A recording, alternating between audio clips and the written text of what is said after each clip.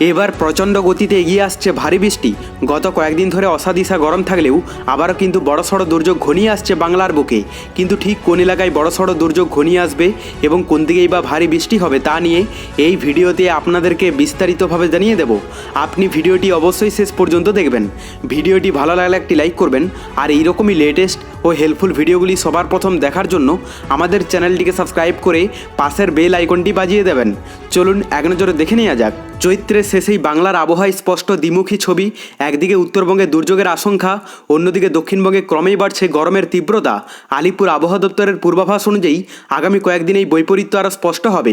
দক্ষিণবঙ্গে ঝড় বৃষ্টির প্রবণতা কিছুটা কমলেও উত্তর ও মধ্যের কয়েকটি জেলায় বজ্র বিদ্যুৎ সহ বিক্ষিপ্ত বৃষ্টি হতে পারে।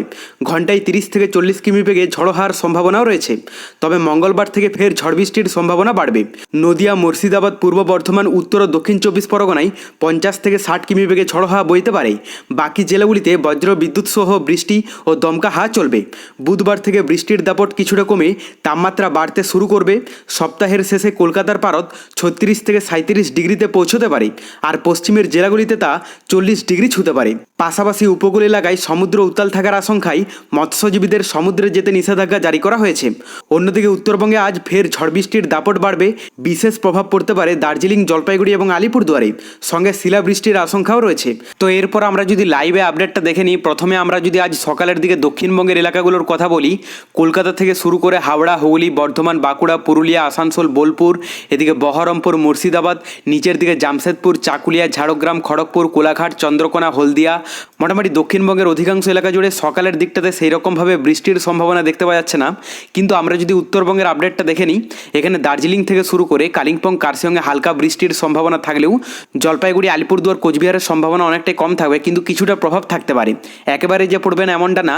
আর বাংলাদেশের কথা বলতে গেলে সমুদ্র উপকূলবর্তী এলাকাগুলোতে আপাতগতিতে সেই রকমভাবে দুর্যোগপূর্ণ আবহাওয়া নেই, কিন্তু ভিতরের এলাকার মধ্যে বিক্ষিপ্ত এলাকা জুড়ে কিন্তু বৃষ্টির সম্ভাবনা রয়েছে। তার মধ্যে বিশেষ প্রভাব পড়বে উপরের দিক থেকে আমরা যদি দেখি, এখানে রংপুর, দিনাজপুরে হালকা প্রভাব থাকতে পারে। পাশাপাশি এখানে কিশোরগঞ্জ, হবিগঞ্জ, আগরতলা, কুমিল্লা, এদিকে সিলেট, এই সমস্ত এলাকাগুলোতেও কিন্তু বৃষ্টির সম্ভাবনা রয়েছে। নিচের দিকে যদি কথা বলা যায়, এখানে কুমিল্লা, চাঁদপুর, ফেনী, খাগড়াছড়ি, এই সমস্ত এলাকাগুলোতে হালকা ইফেক্ট দেখতে পাওয়া যাচ্ছে। আর দুপুরের দিকে যদি আমরা আপডেটটা দেখে নিই, প্রথমে আমরা যদি দক্ষিণবঙ্গের এলাকাগুলোর কথা বলি, তো দক্ষিণবঙ্গের অধিকাংশ এলাকা জুড়েই কিন্তু বৃষ্টির সম্ভাবনা রয়েছে। দক্ষিণবঙ্গের প্রায় সমস্ত এলাকা জুড়েই হালকা মেঘলা আকাশ থাকবে। বেশি ইফেক্ট থাকতে পারে এখানে বর্ধমান, বিষ্ণুপুর, কতুলপুর, এই সমস্ত এলাকাগুলোতে। পাশাপাশি উত্তরবঙ্গের যদি আপডেটটা দেখা যায়, এখানে দার্জিলিং, কালিম্পং, কার্শিয়ংয়ে হালকা বৃষ্টির সম্ভাবনা থাকলেও দুপুরের দিকটাতে জলপাইগুড়ি, আলিপুরদুয়ার, কোচবিহারের সম্ভাবনা অনেকটাই কম থাকবে। আর বাংলাদেশের কথা বলতে গেলে সমুদ্র উপকূলবর্তী এলাকাগুলোতে একদিকে যেরকমভাবে প্রভাব থাকবে, অপরদিকে ভিতরের এলাকাগুলোতেও কিন্তু বিক্ষিপ্ত এলাকা জুড়ে বৃষ্টির সম্ভাবনা রয়েছে। রাতের দিকটা আমরা যদি দেখে নিই, তো রাতের দিকে দক্ষিণবঙ্গে সেই রকমভাবে ইফেক্ট নেই। মোটামুটি অধিকাংশ এলাকা জুড়ে আবহাওয়া পরিষ্কার হয়ে যাবে। উত্তরবঙ্গে ইফেক্ট দেখতে পাওয়া যাচ্ছে সকাল থেকে রাত পর্যন্ত, তবে রাতের দিকে আবারও সম্ভাবনা বেশি, মানে বাড়তে পারে দার্জিলিং থেকে শুরু করে কালিম্পং, কার্শিয়ং, জলপাইগুড়ি, আলিপুরদুয়ার, কোচবিহার সমস্ত এলাকা জুড়েই। আর বাংলাদেশের কথা বলতে গেলে সমুদ্র উপকূলবর্তী এলাকাগুলোতে সেরকমভাবে ইফেক্ট না থাকলেও ভিতরের এলাকার মধ্যে বিক্ষিপ্ত এলাকা জুড়ে কিন্তু রাতের দিকটাতেই ইফেক্ট থাকবে। বিশেষ প্রভাব থাকতে পারে সিলেট, সুনামগঞ্জ, জামালগঞ্জ, শেরপুর, এই সমস্ত কয়েকটি এলাকা আছে। দেখুন, এই মুহূর্তে যদি বঙ্গোপসাগরের আপডেটটা দেখা যায়, তো বঙ্গোপসাগরে নতুন কোনো সেরকমভাবে দুর্যোগ নেই, যদিও আবার একটি ঘূর্ণাবর্ত সৃষ্টি হচ্ছে। তবে এর প্রভাবটা কতটা অংশে পড়তে পারে পশ্চিমবঙ্গ, বাংলাদেশে, অবশ্যই আপনাদেরকে পরবর্তীতে লাইভে আপডেটটা জানিয়ে দেবো। তার জন্য চ্যানেলটিকে সাবস্ক্রাইব করে রাখতে ভুলবেন না।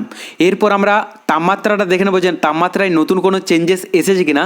কারণ এখন দুপুরের দিকে, বিশেষ করে দুপুরের দিকে যেরকমভাবে গুমোট ভাবটা থাকছে, তাতে এখানে যা দেখতে পাওয়া যাচ্ছে কলকাতাতে 31 ডিগ্রিতে চলে যাবে, মানে কিছুটা গুমোট ভাব কম থাকবে। কারণ যেহেতু বিক্ষিপ্ত এলাকা জুড়ে হালকা বৃষ্টি দেখা যাচ্ছে, তো এখানে বাদবাকি এলাকাগুলোর মধ্যে বেশিরভাগ এলাকার তাপমাত্রা থাকতে পারে 28 ডিগ্রি থেকে শুরু করে 32 ডিগ্রি পর্যন্ত। তবে বাঁকুড়ায় সব থেকে বেশি থাকবে 33 ডিগ্রি। এখানে দার্জিলিংয়ে যা দেখতে পাওয়া যাচ্ছে 19 ডিগ্রি থাকবে। পাশাপাশি এখানে কালিম্পং, কার্শিয়ংয়ে 22 ডিগ্রি দেখতে পাওয়া যাচ্ছে। আর এদিকে জলপাইগুড়ি, আলিপুরদুয়ার, কোচবিহারের তাপমাত্রা থাকতে পারে 27 ডিগ্রির মধ্যে। বাংলাদেশের কথা বলতে গেলে সমুদ্র উপকূলবর্তী এলাকা এবং ভিতরের এলাকার মধ্যে অধিকাংশ এলাকার তাপমাত্রা থাকতে পারে 26 ডিগ্রি থেকে শুরু করে 27-28 ডিগ্রি পর্যন্ত।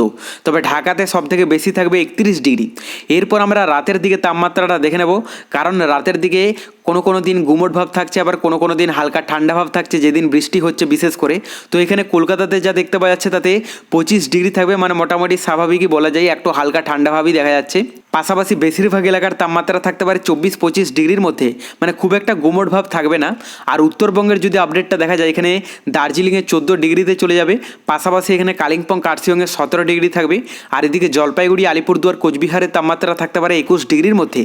বাংলাদেশের কথা বলতে গেলে সমুদ্র উপকূলবর্তী এলাকা এবং ভিতরের এলাকার মধ্যে অধিকাংশ এলাকার তাপমাত্রা থাকতে পারে 21 ডিগ্রি থেকে শুরু করে 22-23 ডিগ্রি পর্যন্ত। তবে এক্ষেত্রে সমুদ্র উপকূলবর্তী এলাকাগুলোতে 26 ডিগ্রি থাকবে। পরবর্তীতে বঙ্গোপসাগরে নতুন কোনো দুর্যোগের আভাস পেলে অবশ্যই আপনাদেরকে লাইভে জানিয়ে দেব। তার জন্য চ্যানেলটিকে সাবস্ক্রাইব করে রাখতে ভুলবেন না।